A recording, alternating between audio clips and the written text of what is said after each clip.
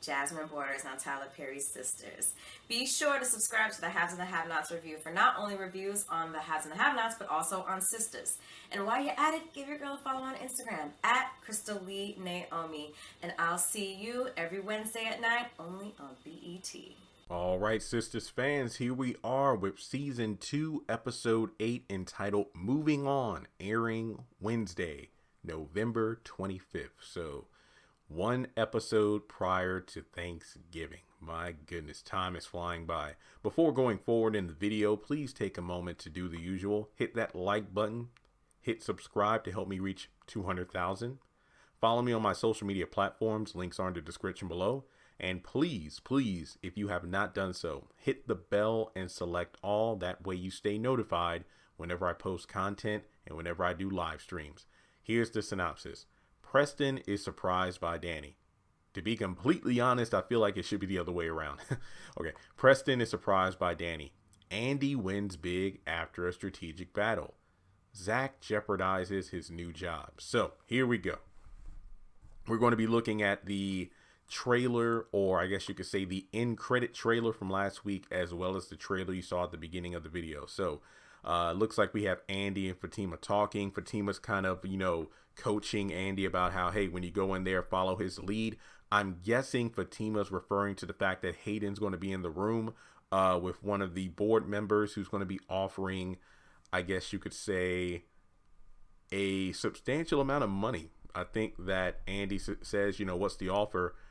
$1.7 million. So we don't even know if that's what she takes or if she negotiates it higher. Either way, holy crap. I mean, that 1.7 million is bigger than the $1 million settlement or hush money that Bellamy was trying to offer her. And it was also more than, of course, the $250,000 that, Andi took from Gary. And that's why I said before that, I don't think Andi should have taken the 250. I get it. I know a lot of people say, oh, she deserves that because of him. She lost everything. I completely understand where you all are coming from, but I just think it's very concerning because you just look at everything that's been going on that Andi has been a witness to in regards to Gary's livelihood as well as what he got arrested for, and she doesn't even fully know if he's innocent yet. So the $250,000 that was mailed to her, who the hell knows where it came from? I believe it was stated, I think it's when Hayden was trying to help out Gary. He was like, yeah, I got a business manager working out something to help out Andi.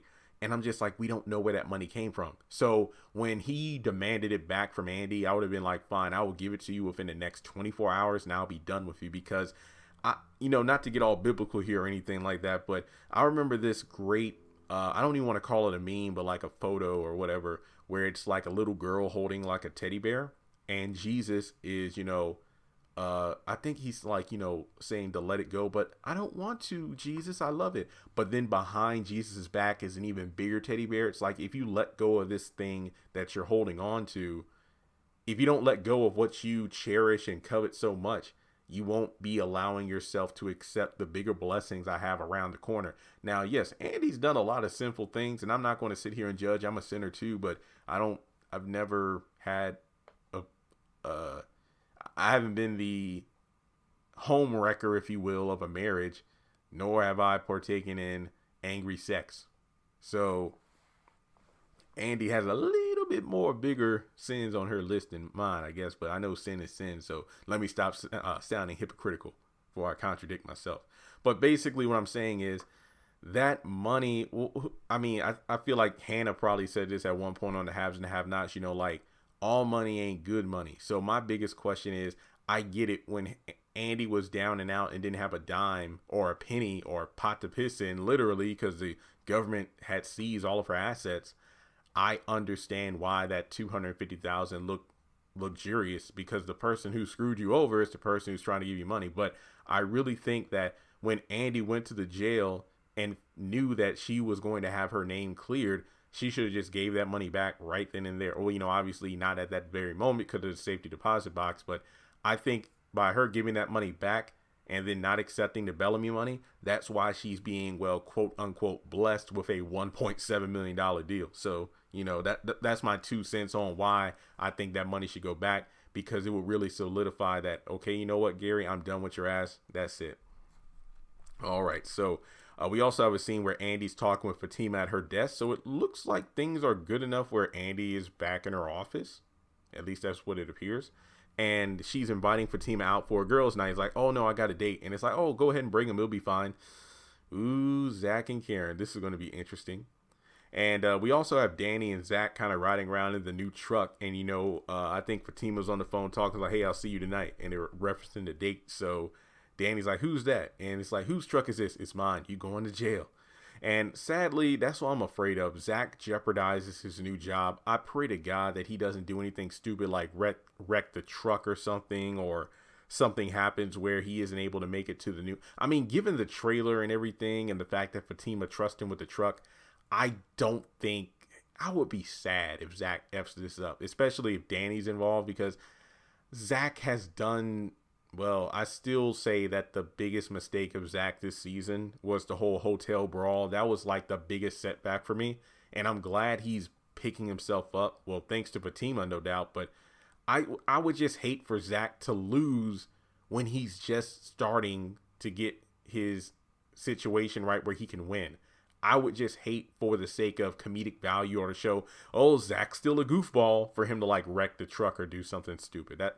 I really hope that when it says Zach jeopardized his new job, I hope it's for no other reason than like he isn't able to make it to the house that night because he has to stay over at the airport or something like that. I just really hope he doesn't do anything stupid, or the plot demands that he F's up just for the sake of Zach can't do anything right. I really hope that isn't the case. Speaking of Zach, let's go over to Karen. We're going over to the salon. And a woman comes in and, she's going on and on about how, oh, damn, she blinded me with this big ass ring. And then the, her loudmouth employee at the salon says, come on. Hey, Karen, this is Rachel, the first lady of More Givers Baptist Church. Like, oh shit. I mean, oh damn. Oh yeah. And I find that kind of weird. I mean, maybe because when you have earlier that same day when, Karen and Andi are talking about everything that went down between, Karen and Aaron and Andi and Paris. She's like, oh, wow, that's a lot of stuff. Wait. Karen, you said stuff, not shit. That pastor's getting to you. But then now we have Karen unable to filter her mouth. So it's one of those situations where it's like, yeah, just comedic writing. So there we go. And the biggest question is, people have the first lady. Ooh, do you think that she has any tea on Aaron?